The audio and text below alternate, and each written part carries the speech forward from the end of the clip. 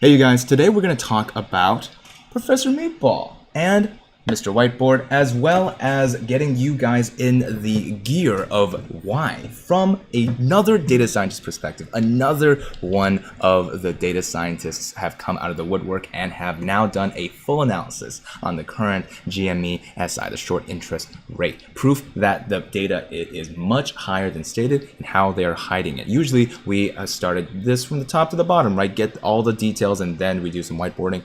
No, we are going to go through to what he predicts for next week first, for chapter 5, and then work our way up to actually understand the most important stuff first and then build up his case from there, just to have you guys have a better understanding here, right? We are looking at the research from a user, Boney1 Kenobi, so make sure to show the source some love, right? Throw an upvote on here. He is an AI data scientist who has been in for more than 15 years, and now he's one of the top AI researchers and data scientists at a Fortune 50 company. He has done an actual professional DD research for commodities markets. So in short, he likes numbers, but then again, he is just a random person on the internet. So why should you trust me? He could be a Jedi cat for all you know. And you know what? Honestly, if he's a Jedi cat, I think that would be pretty trustworthy too. But as a reminder, he is not a financial advisor and neither am I. And we are going to be working through his work to the most beginner of beginners to understand exactly why is the SI percent different than stated. Meatball is ready for this as well. So you see, this is going to be a good amount. We're going to be jumping around to make sure that we are actually picking out the pieces of the puzzle that are the most important parts, right? Most importantly, let's go through predictions for next week, right? When looking at predictions, he wants you to forget good whales, long whales, right? Players in the market that are trying to initiate the squeeze for us on our behalf, or really on their behalf. We're just piggybacking along for the ride. All of the big players are, hold on, let me turn this back to GME.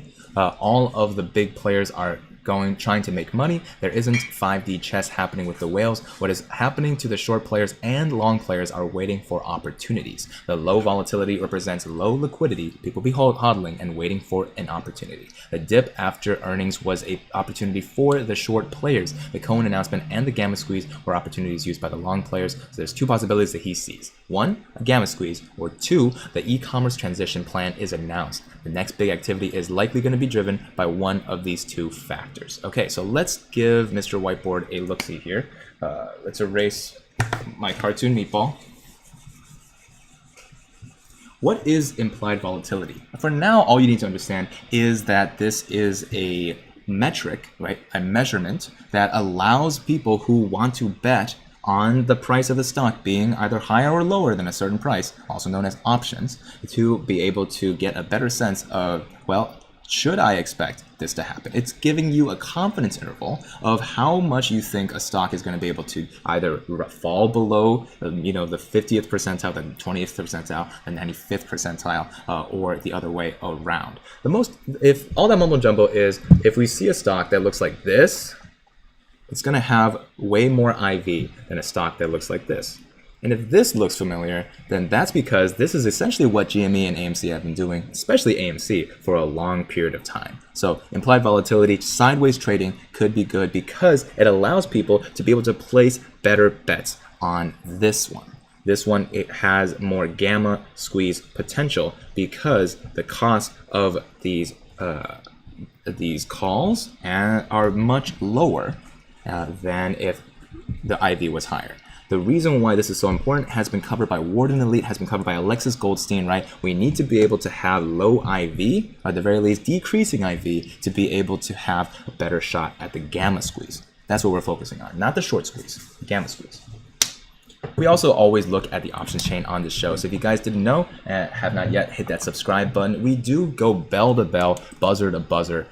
We wake up with the market and look at the options, look at the market price movements, and then we come back and we learn everything we need to learn about the stock and the process here.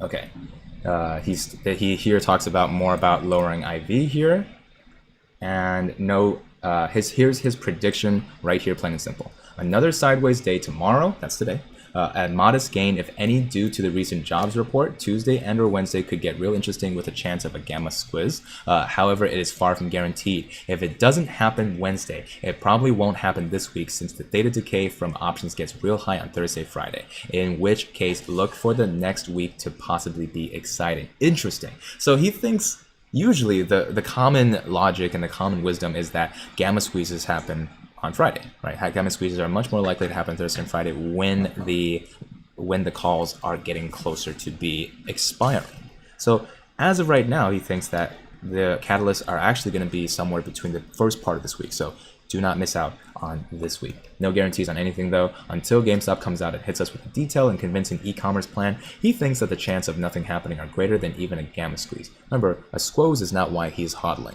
So why is he hodling? Let's go right back up to the previous chapter and actually understand why is this Fortune 50 data scientist, AI top researcher of his class going to actually hold his shares.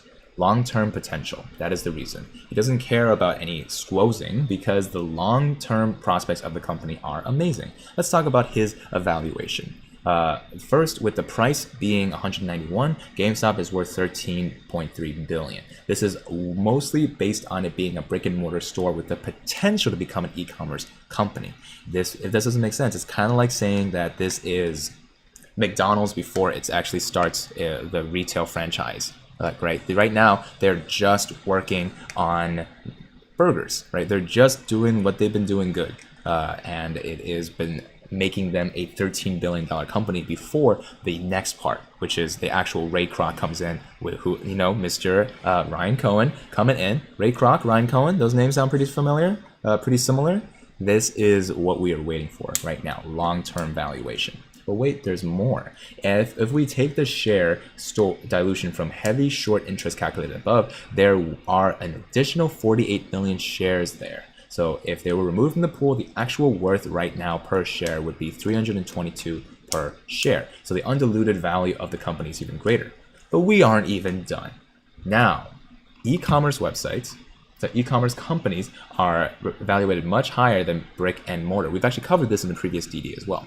He's mentioned the current price reflects on the potential of becoming an e-commerce company. So let's look at some other companies. First, Amazon, right? We covered the Amazon killer DD a couple of videos ago. $1.5 trillion with a 75 PE ratio, aka they are priced at 75x at their profits they earn in a year. The average PE ratio of the S&P 500 is 13 to 15. Amazon is a mature company and is viewed as a pinnacle of e-commerce, but still, that is still 6 times higher than the average company. 75 of their times their profits that they earn in a year.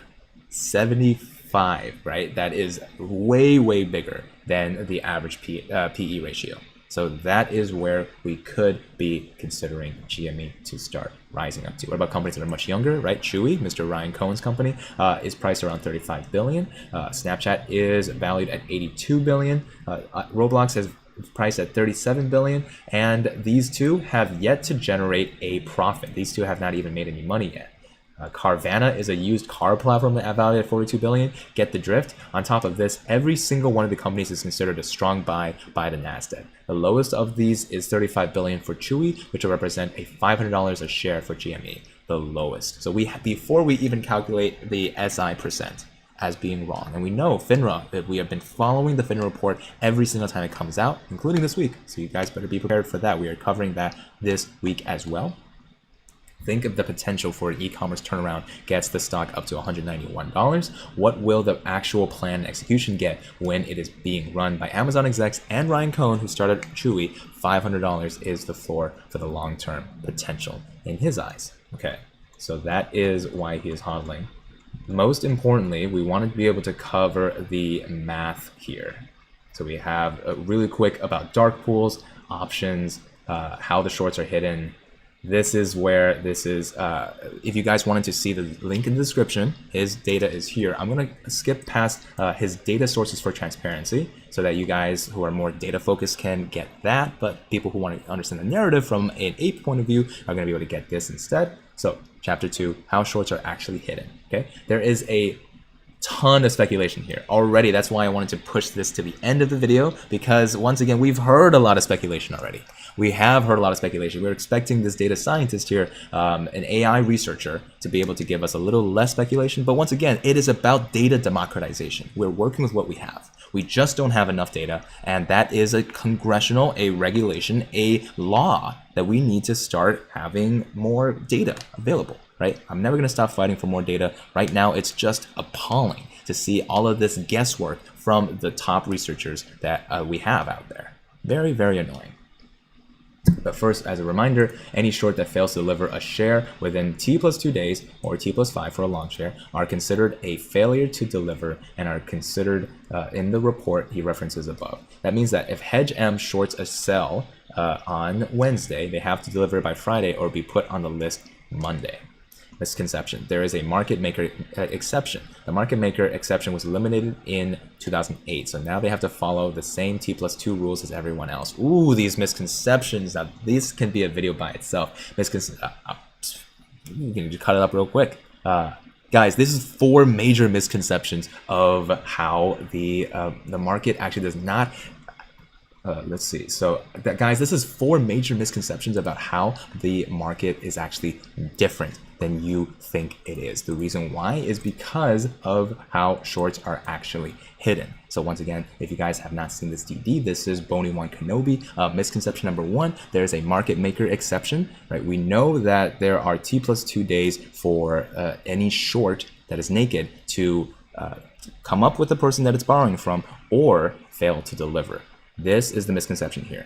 The market maker exception was eliminated in 2008. So now they have to follow the same T plus 2 rules as everyone else. You might think that they have more like exceptions than everyone else, but that has been eliminated in 2008. Number 2, the T plus 13 number, which was being thrown around, is only for the punishment for failing to deliver. FTDs get reported after T plus 2. See the above link. Okay, so this once again is the number that we were watching, especially for the spike on Friday, where we were looking at these at whatever happened the day before, quadruple witching day, and that would have been 13 days after.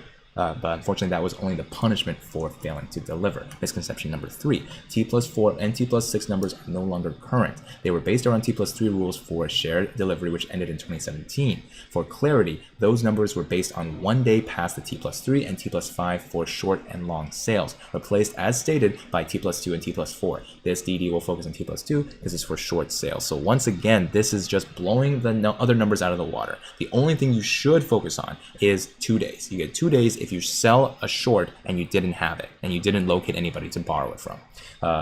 The stock borrow program is no more, though it hasn't been talked about on Reddit. Other sites have cited this rule as a method for naked shorting. In case you guys had thought that the stock borrow program is actually in effect, this is a misconception number 4. So we're going to continue barreling on, but if you like this video and want to learn more about it, I'll include the full video link in the description of this one, and make sure to like and subscribe to hear more about these misconceptions. There are 3 ways that you can tell which hide naked shorts. 1, options. 2, dark pools. 3, reborrowing. So once we get past this video is going to be finito. So have a good understanding of where we're going here, covering the options, covering dark pools, and covering reborrowing. We've covered all of these before, and now is the time to be able to kind of put it all together in this video. Options. This one has to be covered some, though with key inaccuracies, so he won't link to the posts. The SEC has already done a report on this method, right? So go check that out. We've likely covered this same exact report in a previous CD. Let me see if I can find the pertinent information here. Okay, here. One thing they can do and have been doing is a buy-write transaction where they write a deep in the money calls, right? We've already done this, a $15 strike for GME. We've seen $2 strikes for GME, and buy shares at the same time. So they sell the calls, which are about as expensive as the shares overall. We've covered that. And the buyer immediately exercises the contracts for the shares. However, the seller uses those bought shares to cover their short positions and have no intention of delivering the shares to the call buyer. Now they need to deliver those same shares to the buyer of the call, only this is a new transaction, so the timer is reset. So we've done Mr. Whiteboard for this specific transaction. If you guys haven't seen FTD's cyclicality laid out, I will link to another video down below. But really briefly, this is the idea that if you fail to deliver, so right here, there is someone who is, let's say, person A. This is likely a hedge fund or another person who's trying to manipulate the stock here. They are going to buy deep in the money calls. So this, they want the option to buy. So this is a, I'm just gonna put C for call. C at $15.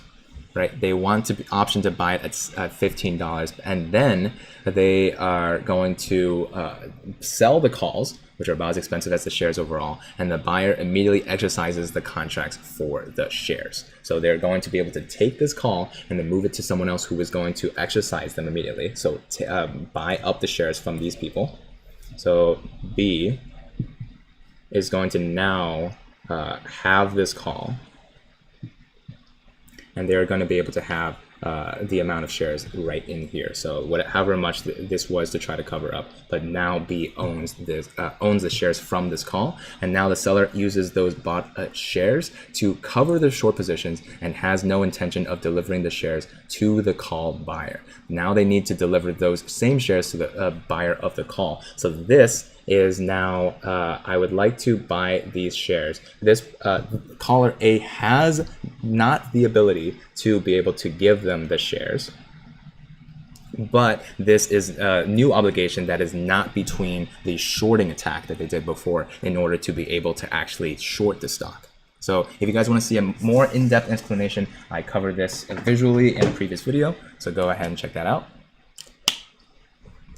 This has likely been happening according to the option chain from 4/16 expiry. So we've covered this over and over again. We are even checking the options chain here. But if you guys want to see March 31st, boom. How many people do you think want to buy GME at $3? Well, apparently $4 million worth of calls here. And then just at $12, $24 million worth of calls, right? This is just from March 31st. Abnormal to say the least, and this is an explanation of how someone can use these deep in the money calls to hide the amount of shorts that are currently in the market. Seem odd? Heck yeah, it does. When looking at historical option data for 4/16, it seems to have happened in early March as well. This date seems to be very commonly used, but other dates could have been used historically as well. So that is for you guys to look at the options here. The second piece, the second and third piece are going to be much shorter, but just so you guys understand what options are here. Hold on, I'm just going to make sure this is go here. Don't want to miss a super here.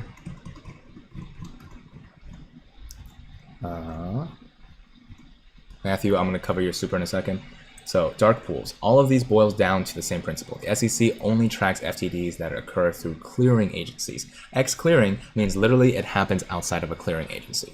If you read the entire site, as he did, unfortunately, you'll notice that closeout rules only apply to clearing agencies and no mention is made to X-clearing. Completely legal transactions can occur outside these systems as long as both parties agree. So this dark pool data could potentially hide the FTDs for longer since they are not being tracked. However, it is unclear for how long institution. Okay, so it seems like this DD wants to cover dark pools, right? But they don't want to speak too much about it.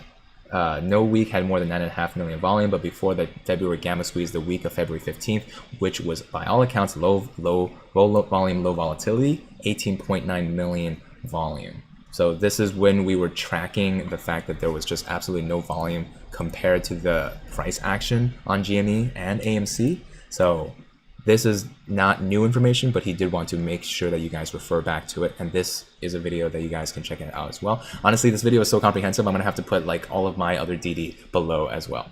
Reborrowing. This one is actually pretty straightforward. If a lender calls back their share for any reason, the shorter can just borrow another share from someone else. The above scenario are used when they are unable or unwilling to reborrow shares. Okay, well, we've already covered. This is essentially the exact same idea. That if you don't have your turn off lending on your platforms like Robinhood and Webull, they can easily just find it from you, even if you didn't know that you were automatically opting in to this borrowing program.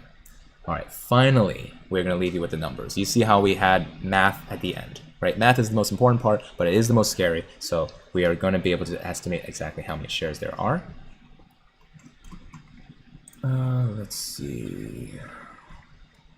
So now that you know the mechanisms of how short interest is hidden, let's dive into particulars of what we know. So known shares. Known shares, we have insiders that have 17 million shares here.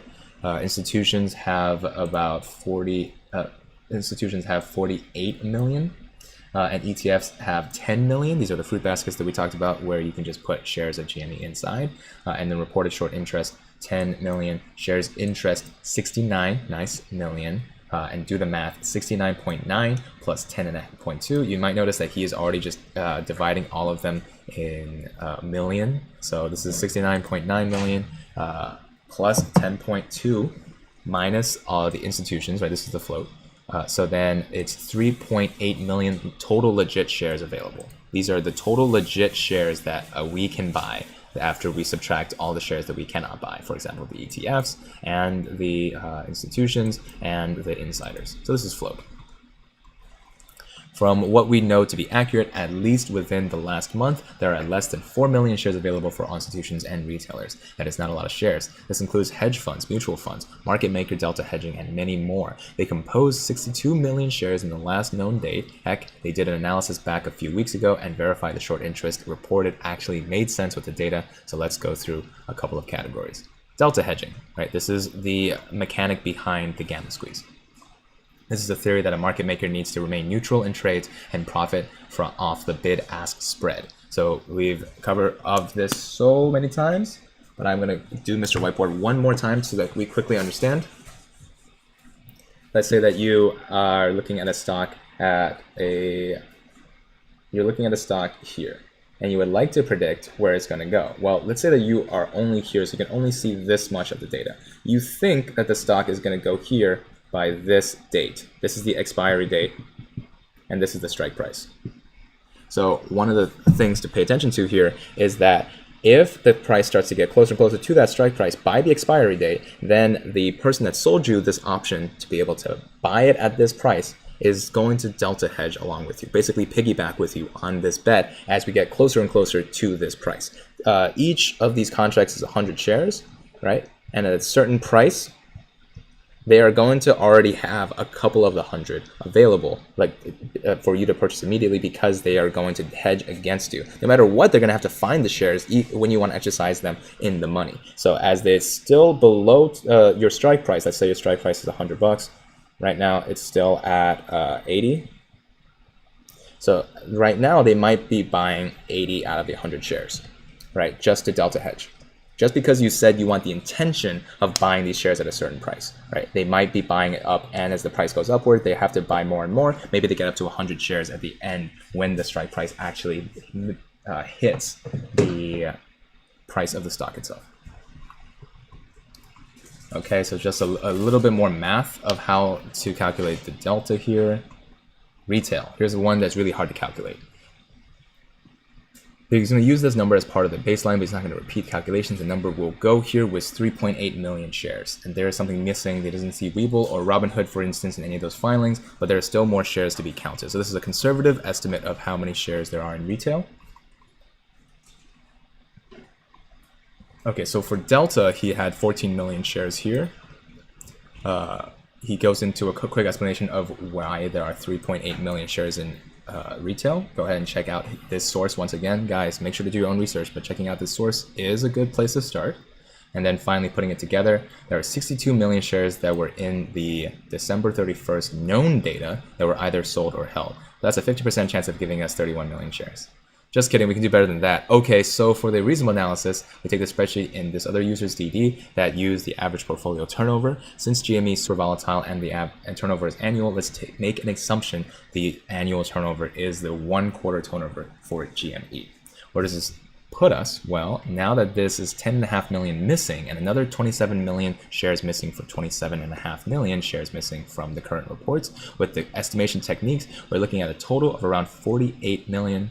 Edit 58 million. Oh, okay. 58 million short interest. I don't know why he didn't just edit this perfectly. I had calculated calculated previously that there were about 58 million short interest, and according to S3, the reported SI had decreased about 6 million shares since I ran the last numbers. As I've said before, the S3 data, as well as the Ortex, follows the reported SI quite well. And as I've said before, I think the algorithms broke during the squeeze because of the naked shorting which occurred, since they only track reported SI. So these more recent numbers correspond quite well with the original calculations. Honestly, I did not expect it to be that close. Caveat, there are assumptions in the calculations, and the institutional ownership and retail are big assumptions. However, I believe safe assumptions based on known historical data. However, 3.8 million shares is not enough shares to hold retail institution market makers hedging shares. Not even a single one of those categories. So MarketBeat has GME at 102 million outstanding shares, shares outstanding, making for 33 million unreported short interest. Now I have no idea how they came up with this number, but my institutional ownership could be off by 5 million, or hedging could be lower than theoretically could be. Again, grain of salt, but interesting. So MarketBeat seems to, at the very least, give a credence of the magnitude of how many shares are currently missing here. So with these estimation techniques, the total is 58 million, as in 58 million missing from the current calculations on FINRA. As a final bookend to this video, thank you guys for being with us the entire time. Let's actually look at FINRA to see what it is currently reporting as. So FINRA currently has its short interest at 10.2 million. So this is the kind of report that we are going to be keeping our eye on for the rest of the week. And so in comparison, this is, once again, one person's calculation based around a lot of other people's research, and even he himself says is quite speculative. However, that's why I wanted to present the most important pieces of what he expects to see first, explain a couple of the details of what you guys need to understand second, and then third, the math, where we are hinging on the calculations and, of course, the confirmation bias right here. How about another data point for confirmation bias of this overall analysis? So once again, you can do this as well. You can also learn exactly what allows a analyst to start making his own waves in the analytics world, right? You don't have to be a day trader. You can just start making smart investments right now with less than $100, less than $1,000. Start somewhere. If you guys wanted 2 free stocks to be able to get you started, then Webull is a great place to get started. They also have great incentives to transfer your account. So if you have another account that's off Webull, like Robinhood, they will give you stocks or cover your entire fee. They keep doing different things. Go ahead and check them out. They're in the description below. And finally, if you guys wanted $250 of free Bitcoin, it's a really good way to be able to start off on your crypto journey as well. And if you didn't want to buy any Bitcoin at all, you could just keep your money in GUSD. It's a stable coin, and like I did, and I've already earned about $100 or so in interest by doing absolutely nothing at all. So if you want to keep your money there as an 8.6% savings account, that also works as well. Finally, I want to thank these people who make this show possible. I will be updating this list tonight, so if you guys wanted your names on this end list for a whole week, you can go check out the Moon Platoon, check out the Meatball the Space Legend tier, and check out the Gorillionaire tier. And I will see you in the money.